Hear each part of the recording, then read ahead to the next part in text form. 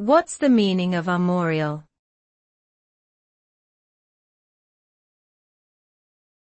Armorial.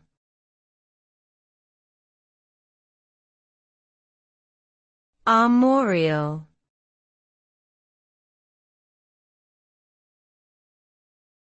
Armorial.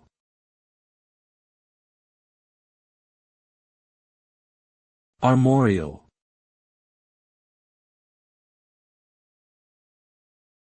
Armorial refers to the study or design of coats of arms.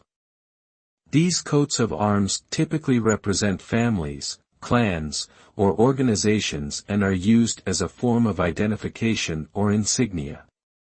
The term can also refer to the official list or register of these coats of arms. Armorial designs often feature various symbols and colors that have specific meanings and messages. The study of armorial designs is particularly important in heraldry, which is the practice of designing, displaying, and recording coats of arms.